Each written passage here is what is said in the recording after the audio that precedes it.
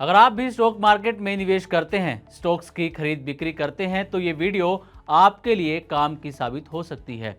इसमें हम आपको बताने वाले हैं कि brokerage firm Motilal Oswal financial services ने दो कंपनियों में अपनी हिस्सेदारी बढ़ा दी है, जिसके बाद ये अनुमान लगाया जा रहा है कि इन दोनों शेयरों में तेजी आ सकती है। तो अगर आपके पोर्टफोलियो में भी ये दो शेयर हैं तो हो सकता है कि आपको भी मुनाफा हो जाए। जिन दो कंपनियों में मोतीलाल ओसवाल ने अपनी हिस्सेदारी बढ़ाई है वो है कल्याण ज्वेलर्स और आईटी सर्विस देने वाली लीडिंग कंपनी कोफोर्ज।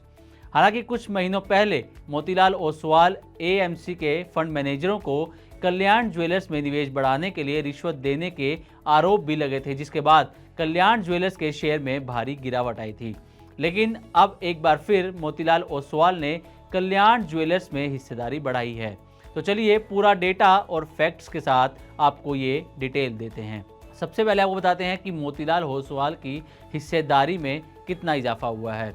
तो मोतीलाल ओसवाल की हिस्सेदारी में बीएसई के ताज़ा डेटा के मुताबिक मोतीलाल ओसवाल फाइनेंशियल सर्विसेज ने कल्याण ज्वेलर्स और कोफोर्ज दोनों ही कंपनियों में अपनी हिस्सेदारी बढ़ा दी है। सबसे पहले कल्याण ज्वेलर्स की आपको डिटेल देते हैं।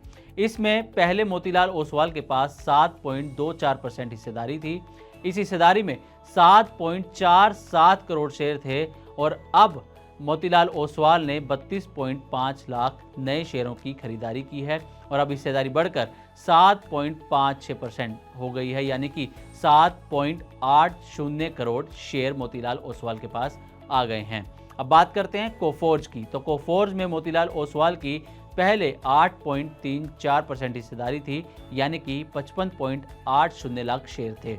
अब 6.3 लाख शेयर और खरीदे गए हैं, तो इससे हिस्सेदारी बढ़कर 9.29% हो गई है। अब मोतीलाल ओसवाल के पास कोफोर्ज के 62.14 लाख शेयर हैं। अब आपको बताते हैं कि शेयर प्राइस और मार्केट मूवमेंट कैसा रहा है। दोनों शेयरों की बात करेंगे तो 2 मई शुक्रवार की बात करें तो कल्याण ज्वेलर्स का शेयर शुक्रवार को 1.78% गिरकर 507 रुपये 35 पैसे पर बंद हुआ। पिछले 6 महीने में शेयर में 23% की और 1 महीने में ½ से ज़्यादा की गिरावट दर्ज की गई है।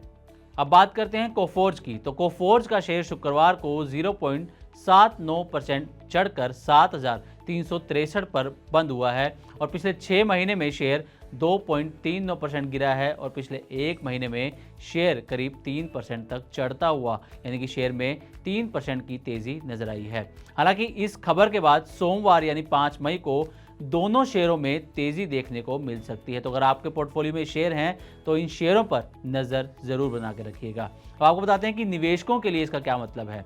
दरअसल जब किसी बड़े ब्रोकरेज हाउस का भरोसा किसी स्टॉक पर बढ़ता है तो ये संकेत देता है कि भविष्य में कंपनी के फंडामेंटल्स मजबूत हो सकते हैं।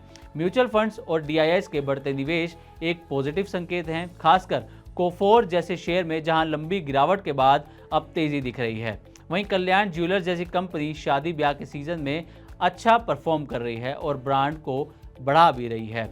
आपको बताते हैं कि कल्याण ज्वेलर्स और मोतीलाल ओसवाल का मामला क्या था जिस पर कंट्रोवर्सी हुई थी। तो कल्याण ज्वेलर्स और मोतीलाल ओसवाल के बीच हाल ही में एक विवाद हुआ था, जिसमें आरोप लगाए गए थे कि कल्याण ज्वेलर्स के शेयरों में निवेश के लिए मोतीलाल ओसवाल एएमसी के फंड मैनेजरों को रिश्वत दी गई थी। मोतीलाल ओसवाल ने इन आरोपों का खंडन किया था और इन्हें निराधार, दुर्भावनापूर्ण और अपमानजनक बताया था। तो कुल मिलाकर देखा जाए तो मोतीलाल ओसवाल का ये निवेश दिखाता है कि मार्केट में अच्छे मौके मौजूद हैं, बस आपको नज़र रखने की और रिसर्च अच्छी करने की ज़रूरत है। कोफोर्ज में आईटी सेक्टर की मजबूती का संकेत है और कल्याण ज्वेलर्स भारतीय रिटेल और शादी मार्केट की ग्रोथ का रिफ्लेक्शन है। अगर आप लॉन्ग टर्म निवेशक हैं तो इन स्टॉक्स पर ज़रूर नज़र रखें, लेकिन एक बात ध्यान रहे कि किसी भी कंपनी या शेयर में निवेश करने से पहले आपको उसके बारे में अच्छे से रिसर्च कर लेनी चाहिए और उसके बारे में अच्छे से समझ भी लेना चाहिए। मनी 9 आपको किसी भी कंपनी या शेयर में निवेश करने की सलाह नहीं देता। तो उम्मीद करते हैं कि हमारी तरफ से दी गई ये जानकारी आपको अच्छी लगी होगी। इसी तरह की और भी वीडियोस के लिए देखते रहें मनी 9 और सब्सक्राइब करें हमारे चैनल। साथ ही बिजनेस और पर्सनल फाइनेंस से जुड़ी तमाम खबरों को आप हमारी वेबसाइट money9live.com पर भी पढ़ सकते हैं।